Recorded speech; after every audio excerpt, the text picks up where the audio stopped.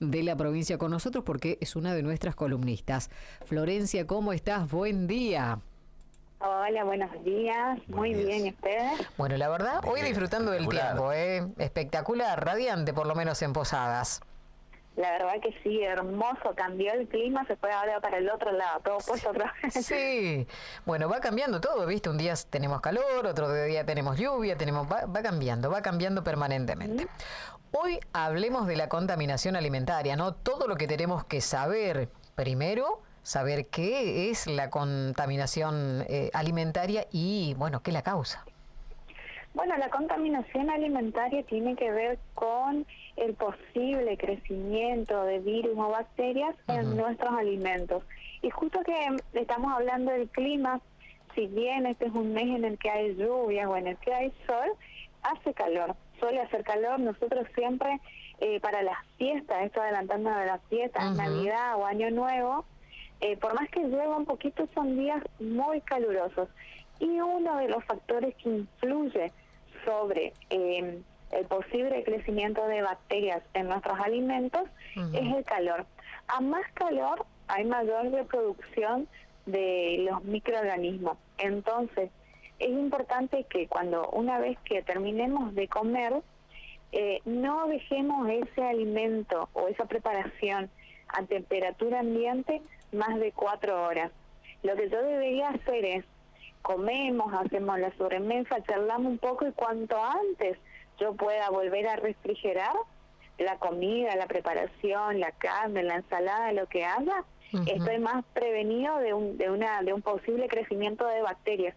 Si yo lo dejo más de 4 horas a temperatura ambiente, las bacterias empiezan a crecer y empiezan a proliferar entre sí y me puedo terminar contaminando, me puedo terminar infectando. Claro, uno parece que lo ve como algo inofensivo, ¿no? Quedarnos ahí en la mesa, hacer la sobremesa alrededor de esto, ¿no? Pero por ahí no nos damos cuenta, ¿no? De todo lo que esto genera.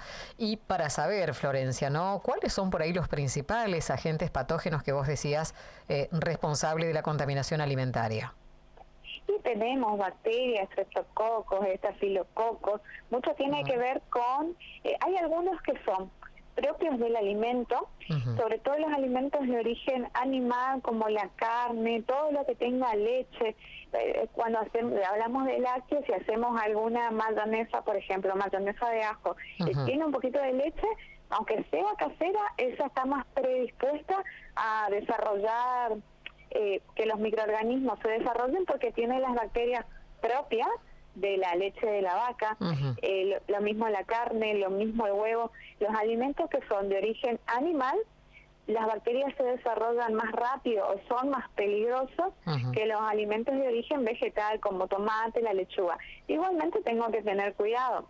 Y los síntomas también, hay virus o bacterias que son muy agresivos y hay otros que no son tan dañinos, pero pueden ir desde una diarrea, un dolor de cabeza, un vómito, hasta incluso hay algunos que son muy agresivos y le pueden llevar a la persona a la muerte, como sucede mucho o suele pasar cada tanto cuando la persona compra a veces algún alimento que no está rotulado, que no tiene fecha de vencimiento, que no dice cómo se preparó, los alimentos caseros, sí, a veces las personas compran y terminan en estas situaciones. Qué bárbaro. Bueno, no nos damos cuenta muchas veces, ¿no? ¿Hay algunos alimentos que son más propensos a esta contaminación alimentaria de la que estás hablando? Y bueno, justamente los de origen animal son los más propensos, donde haya carne, donde haya leche, donde haya huevo, crema de leche, yogur, carne me refiero a cualquier tipo de carne de vaca, pollo, cerdo, pescado, todos esos son más propensos a contaminar.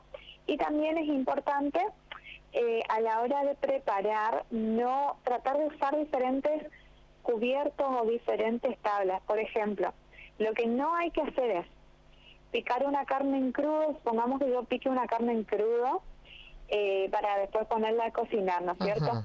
Lo que yo no debo hacer es usar los mismos cubiertos para picar un tomate para picar la ensalada de lechuga y tomate que ya la consumo así fresca como está. ¿Por qué? Porque voy a pasar las bacterias propias de la carne a mi ensalada de lechuga y tomate.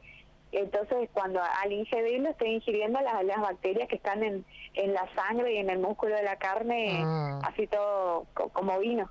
Claro, bueno, me dio todo cosita, pero bueno, seguimos hablando. ¿Qué podemos hacer? ¿Qué medidas podemos tomar nosotros como consumidores, digo yo, para evitar justamente la contaminación alimentaria en nuestros hogares o ahora ya cuando, decías vos, las fiestas, ¿no? Bueno, como decíamos hoy, en nuestra preparación no pasa más de 4 horas de temperatura ambiente. Sí. Eso es importante. También es importante la mayonesa o lo que tenga crema de leche, no agregarle a toda la ensalada, sino le puedo agregar a mi plato. Entonces yo estoy previniendo que ese alimento, sobre todo los aderezos, lo que tiene crema de leche, estoy previniendo el crecimiento de las bacterias sobre esa preparación que queda varias horas a temperatura ambiente. Entonces, mejor le pongo a mi plato nomás. Y eso me va a permitir también, dependiendo de la preparación, volver a usarla al día siguiente. Claro, muchas veces esto se da mucho con la ensalada rusa, ¿no? Preparamos, digo, una cierta cantidad y a todo ya le ponemos mayonesa y llevamos ya la ensalada preparada. Y claro, lo conveniente totalmente. es preparar en el plato o ponerle por lo menos la mayonesa en el plato. Sí, o sí, lo que sea aderezo, lo que sea crema de leche, mejor le pongo a mi plato. Bien. También es importante hacer prevención en el sentido de si tenemos algunos alimentos, sobre todo lo que es carne de pollo, cerdo, pescado, vaca, para descongelar en la heladera. A veces uno se olvida. ¿Y qué hace? Saca y deja a temperatura ambiente o quiere descongelar bajo un chorro de agua fría y que quede ahí. Y la verdad es que esto, como decíamos hoy, que el alimento esté expuesto y el alimento ya tiene muchas bacterias, bueno, está cocinado, en este caso la carne, con todas esas bacterias que estén mucho tiempo a temperatura ambiente, nos puede llegar a enfermar. Entonces, ¿qué hace? Descongelo en la heladera, que es una temperatura de refrigeración donde muchas bacterias no van a crecer, y después lo saco ya descongelado y listo para cocinar. Claro. Florencia, ¿y qué debemos hacer en caso de sospecha de contaminación por alimentación?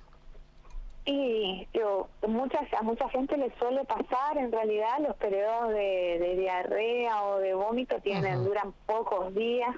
Tengo que tratar de no automedicarme, por ahí ir al médico para ver si tomo un antibiótico o no, porque si es un virus, probablemente el antibiótico no me haga nada, pero si es una bacteria, sí.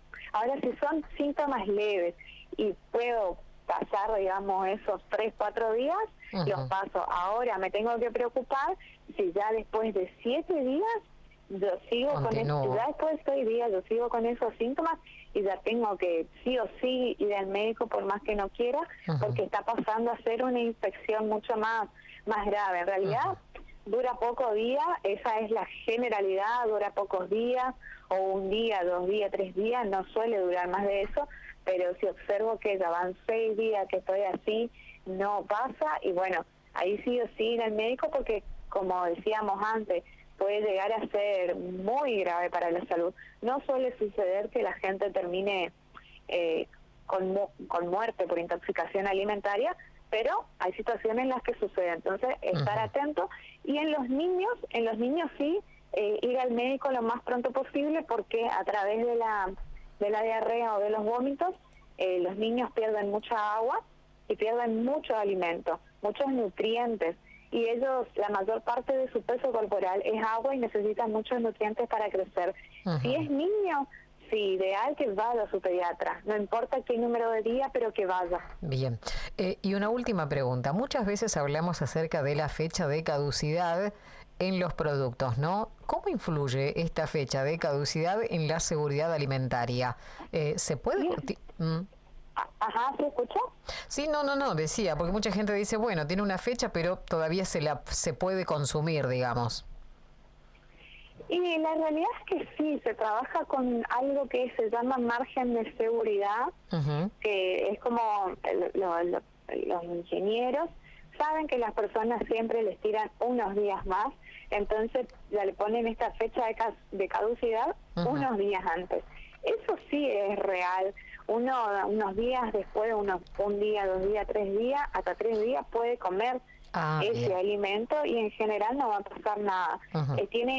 Esto se llama margen de seguridad porque se estudió y está comprobado que por más que uno diga, bueno, vence el 20, hay gente que lo va a comer el 21 y el 22. Entonces el margen, la fecha de caducidad está puesta antes para que justamente la persona no llegue a comer el alimento vencido. Tiene ese margen seguro, pero bueno, la realidad es que hay que tratar de cumplir con la fecha que nos indica, por supuesto. Así no nos exponemos, no tiene sentido exponerse, porque la verdad es que hay enfermedades muy peligrosas. Hablamos de lo que es vómito, diarrea, eso es lo más frecuente, pero también puede agarrar botulismo, hay enfermedades, salmonellosis, hay otras que son muy graves, son menos frecuentes, pero puede suceder. Entonces lo mejor es hacer caso a la fecha de vencimiento. Florencia, la verdad, un placer siempre poder hablar con vos, ¿no? Y aclararnos todas estas cuestiones que tienen que ver, en este caso, con la seguridad alimentaria. Un placer igualmente, como todos los miércoles. Y te esperamos el próximo miércoles, ¿eh? No te vas a librar todavía de nosotros. Ahí estaremos, ya con el budín en brazos. Seguramente que sí, ¿eh? Que sigas muy bien, ¿eh? Gracias por tu tiempo. Igualmente, un abrazo. Hasta luego, le decimos a Florencia Córdoba, es presidente del Colegio de Nutricionistas de la provincia de Misiones y además la columnista aquí en el aire de las Misiones y hoy, bueno, hablando acerca de todo lo que tenemos que saber acerca de la contaminación alimentaria y todo lo que tenemos que hacer y también lo que no tenemos que hacer.